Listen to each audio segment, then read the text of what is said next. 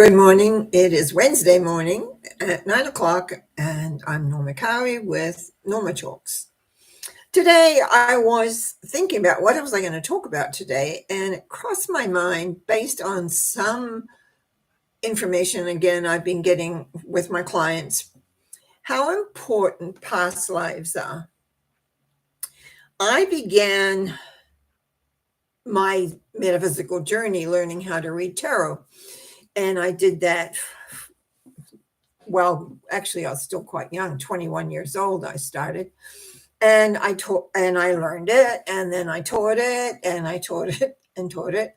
And then I was working for a metaphysical bookstore, and they would bring in speakers from North America all around and different topics. And we actually had two speakers come in and speak about past life regressions, fairly close together. And I learned both techniques.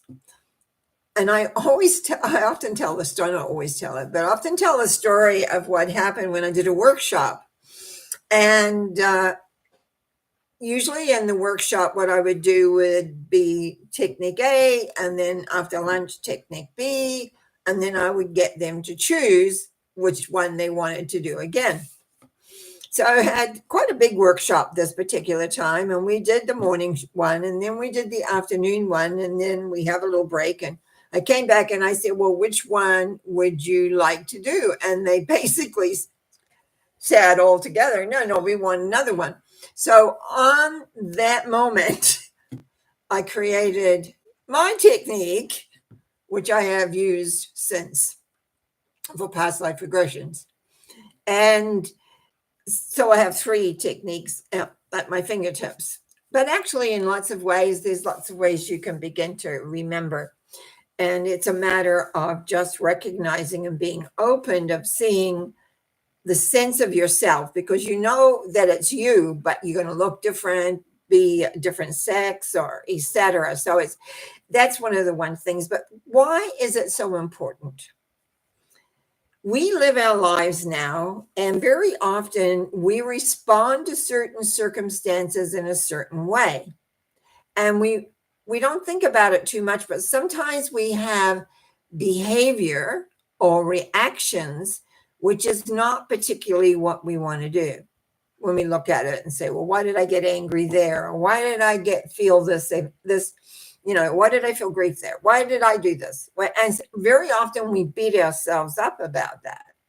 But one of the things is that whatever decisions we've made in another time, we will tend to remake them in this time, or in a previous time to come yet, another time that's to come. So it's like we get to understand ourselves a lot more when we do past life regressions. I did a lot of them. Once I learned how to do them, I would do them at night before I go to sleep. It's just like a meditation, because that's really what they are. There's other people that do hypnosis and things like that, but I've always led them as a meditation. And so you learn how to transform the energy of whatever past life you're looking at, whatever it says or whatever it goes on to be. I just found it so interesting. I mean, I have remembered lives when basically we lived in tall trees. I think we were like the Pacific Northwest area still, where we used logs to go down rivers, and we didn't live long. We kind of had a very shortened life, so to speak. But I've also had other lives where I lived in other cultures and other places on Earth, and had different roles to play. So it's like it's never an ending story of lifetime of experiences. But because I was always fascinated and interested in the journey of the soul, I began to ask questions when people would come to me for readings or whatever. I would start saying, why, how do these people arrive here? Where does their soul come from? I haven't found anything yet. Just all of a sudden, here we are. It's like we've come from somewhere else. It's almost like this is a progressional place. Now, there's a couple of points I want to point out that I really feel quite strongly about. One is that this is an emotional planet. There are many planets in our system. Some we know about quite well, but we don't really know what happens on those planets unless we remember and go there and remember them. But here on this planet, it definitely is an alive planet. Now, this is my take on it, and a lot of people don't agree with me, and that's okay. I believe the planet is alive. I have felt I've done a lot of meditations going inside the planet. I've gone into and spoken with what I call the Earth Mother. And often she's given me great guidance. And usually I'm in there asking a question like, what are you going to do about this? What's happening here? What's taking place? And she answers me and always has been correct. So I come with that, you might say, prejudice, and that I believe we're here to learn about feelings because the majority of planets are mental. And there's a whole thing in this planet of Earth, where we balance our mental and our emotional. And it's interesting, I've just had some clients where their mental and emotional weren't being balanced at all. And what a difference it can make when that happens. So it's like that's our key, is to learn, what are these emotions? What are these things that we call feelings? And what do we do with them? And how do we placate them? At the same time, how do we balance that with how our mind works? Because when the logicality is, we want everything to be as I used to hear someone say, tickety boo. That's an old saying. And it's very, very much true. But the important thing is that if you begin to examine yourself in past lives, you get to notice the situation and the decisions that you make. One of the important elements that I have found is, what do you do in that time of death of a life?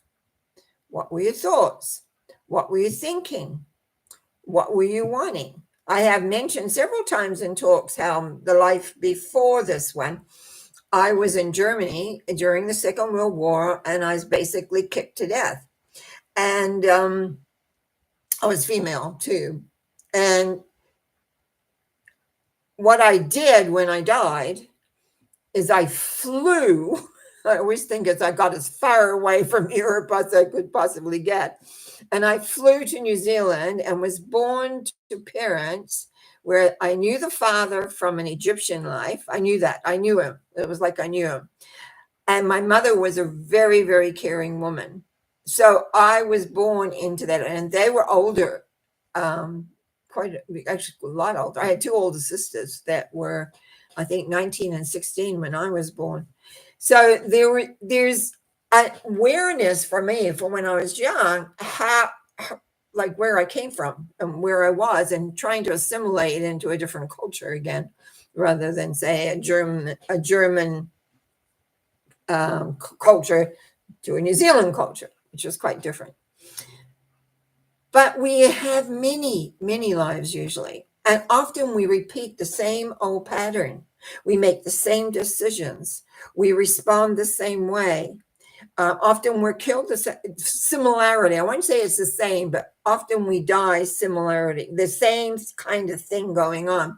This planet has a lot of wars, has a lot of fighting. I mean, even now, if you watch the TV or at all, I mean, over in here, there, and everywhere, I won't name the places, but they're fighting, and people are dying. A lot of people are dying, actually. And so we live in a place where there's none of that happening. And so, we feel like, well, that's over there. But it could be you in another space and time, because sometimes people are alive at the same time. And this is what a lot of people have trouble with mentally. How can I be this person in this time while I'm alive as who I am now in this time? And their time means nothing when you passed on. You're out there. And I found that actually with some of the regressions I've done. It's like I sit up and kind of look at the timelines, and kind of, well, where do I want to pop in? Where do I want to go? What do I want to create? What do I want it to be? So the thing is with Earth is that you can, it's like it ties you, because, oh, hang on, let me back up a minute. Because this is an emotional planet, it tends to bind you because we are not used to dealing with feelings and emotions when we're out there in these other planets. Some are getting a little more like that these days, but on the whole, no. And they're very mental, very aware, very, figure things out, etc.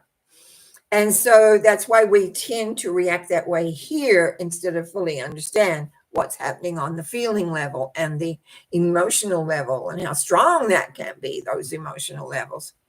So I was just gonna, sometimes when I'm live streaming, it's like, yeah, like where do I go from here? One of the important things I found, and I used to do past life regression workshops with my groups a lot, every now and again. I won't always say a lot, but every now and again, and then private sessions on them, because I think it's incredibly important to understand where you've come from in relation to this life that you're in now. Find out what decisions you have made, not only about yourself, but how life is and what people are. Do you know how many people hold a dislike or a distrust of your fellow man, that they don't believe in them or that what anyone says is truth? And of course, there are many kinds of truths for everyone. And so it always amazed me that we didn't accept our fellow man as our human being, that we're like us. We're emotional beings, which have a large mental capacity. So that's what needs to come into balance in our lives to bring about ease inside, more peacefulness, tranquility, and all of those things. What's another reason for past life regressions is really to take a look at history. Now, not many people approach it that way, but to understand very much in the beginning of things, how things worked. Like we understand a lot about the history because people wrote about it or talked about it. But unless you're there and experiencing it, you don't have that narrow look at what really went on or what happened or took place. Many people have written books on it, yes, through their research, but I think very often they probably lived in the same time zones. When you think about how many novels have come out, then the writer tends to write about a certain time period.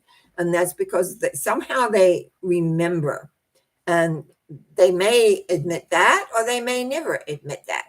But it's understanding that just this life that we're in, when you think about it, it's very short.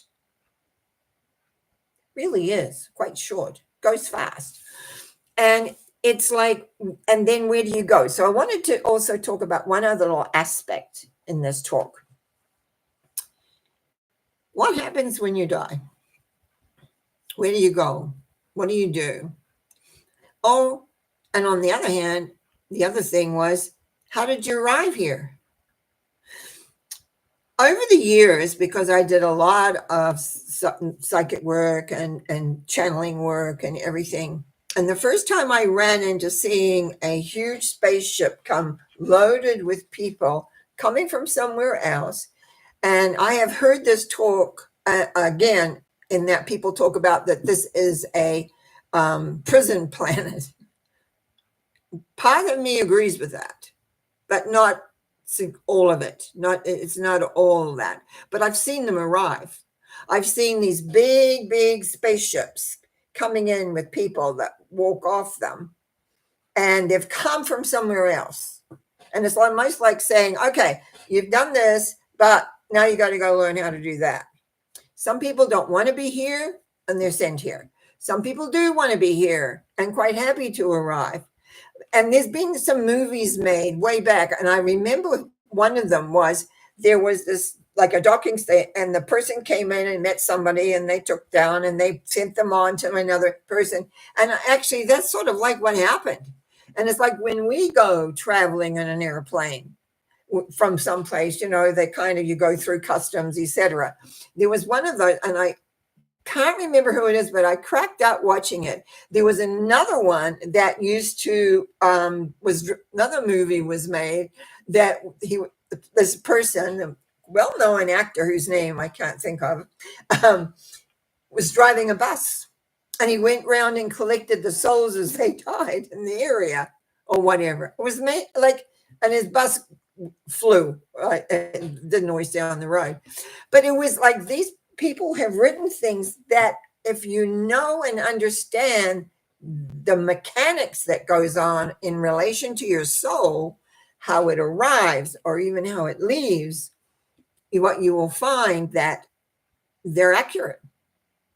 Maybe not 100%. They might have a little bit of license in there, but on the sense of, I sat there a couple of times watching some of these movies that were maybe made 20, 25 years ago, at least, I think. And I would just smile because it was right on, as I remembered, as seen, being, gone through, etc. There was one other point I wanted to make. It was in my mind, and I wanted to finish what I was saying first. Now it's left my mind, but it'll come. So it's like, what is your soul really saying? Where is your soul going? Oh, I know what it is. How do we get off this planet? Because it's an emotional planet, and learning how to be with feelings, to understand your feelings, to understand. So what happens when we go? We leave this body. What happens when I leave this body? Basically, you will travel when you leave, and usually people come for you. It could be family members that are already over there, or your guides, if you know them, they will be there. There's someone there. You're never just die. I during COVID, when I got a bit sick, when COVID first started, I didn't even know it was COVID, but I was first time and only time in my life I've ever had a fever, and I thought I was dying. And I've said this story before, but please bear with me if you've heard it. And I was like, I was in a fever. I was feeling terrible, and I had no cough, by the way, which is what saved me from going to the hospital. I had no cough. I'm not a cougher person. I've never been a coughing person. Anyway, I was this fever, and I was whatever, and I went, am I dying? And I went, hold on a minute. There's nobody here. My daughter's not here. My mom's not here. There's no guides that I know here. No, I'm not dying. And that was the end of that. I pulled out of that and went, but I was really concerned at the time that this was a precursor to me leaving the body. But for whatever reason, no, I stayed around. So what I'm going to say is that someone comes for you, someone you may know personally that has already parted, like a special, some people call them angels, or we call them guides, whatever. Someone will come. Someone comes to help you. That's their job. That's the job of a certain, it's like a caste of people, level of persons. That's their job, is to help people over, to take them to where they need to be. And it's very much like, they talk about how water finds its own measure. This will depend on your spiritual understanding and your growth. How much do you feel complete? How much do you feel at peace? How much are you aware of what's actually taking place? And you travel to that level, and then you go, some people spend a long time there helping and doing whatever, and then they'll come back, or some people just stay there and then they'll move on to other places and planets, etc., or maybe other dimensions that we have no idea of. So past life regression, just to go back to the original subject, is a wonderful way of becoming used to an internal journey. It is a wonderful way of seeing yourself in a different time frame, making decisions that you still make today and have an effect into your physical world. We're not perfect beings. We're just beings living the best we can in the life that we have. And it can be exciting, it can be beautiful, and it can be horrible. And that's part of the emotional journey. How do we handle the emotions? What do we create? What is the decisions we make here depend on the event, the result over there. But that is the element. And really, what we know is that eventually we will leave this body and this life, and we will go into a different vibration. And that vibration is going to depend on your spiritual growth of understanding the power of love. The more you understand that, the more you're aware of that, the more you invite that in and you practice that within your world, that will depend on where you go. Otherwise, it'll be a very short trip. You leave the body, you go, and you come back and get reborn again. I've done that in my past life regressions. I've gone, what am I doing back here? It's almost like go from a older woman to young child. And it's like, what? Because often the soul of the body does not totally come into the child at birth. Some they do. They wake you. You can tell their eyes are here and they're aware what's going on. I've run into several of those when I haven't been around a young baby lately, but they'll look and they know and they recognize you, even though they can't talk. So the life is just a beautiful journey. And it's not just that we can't, very few people just come here and move on because of the emotional quotient of this planet. And the key is the love vibration that runs the planet, the Mother Earth. Mother Earth is the keeper of this planet. I found her many years ago looking for her in meditation, and you have to go very, very deep to contact her. And I find a lot of people have said over time, oh, the Earth Mother Earth says this, and I've gone, I don't think so. And on the early part, I used to go down and ask her what, because it's like going really deep into the earth. But anyway, to me, she exists. To me, and I go down and say, because things start getting funny up here, and I go, well, when are you taking command here? She says, it's not time. It's not time yet. Haven't been down for a while, so I don't know. But she keeps track. She makes sure that this earth is holding in balance because it has to balance itself out. She also understands when the emotions get crazy on the top side, there's often things that they have to do to kind of create a balance of that. But there's love. There's always love, always understanding, and great, great compassion. I learned compassion from her. I don't think I was the most compassionate person in the world, but I don't know if I still am, but I learned tremendous amount about compassion from the Earth Mother. So let's go back to past life regression just to tune this up. Past lives are the answer of many, many things. Sometimes you can get to see where you came from.